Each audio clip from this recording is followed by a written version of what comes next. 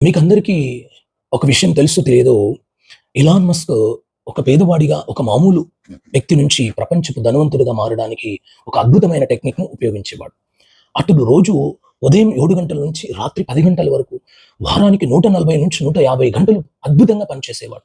మరి ఇతరులకు అది సాధ్యం కాదు. అతనికి మాత్రమే ఎందుకు సాధ్యం అంటే, అతడు ఉపయోగించిన టెక్నికే పొమోడోరో టెక్నిక్ అన్నమాట. పొమోడోరో టెక్నిక్ అంటే మనం ఒక 10 గంటల నుంచి 14, 15 గంటలు కష్టపడేటప్పుడు బ్రేక్స్ ఇవ్వాలన్నమాట.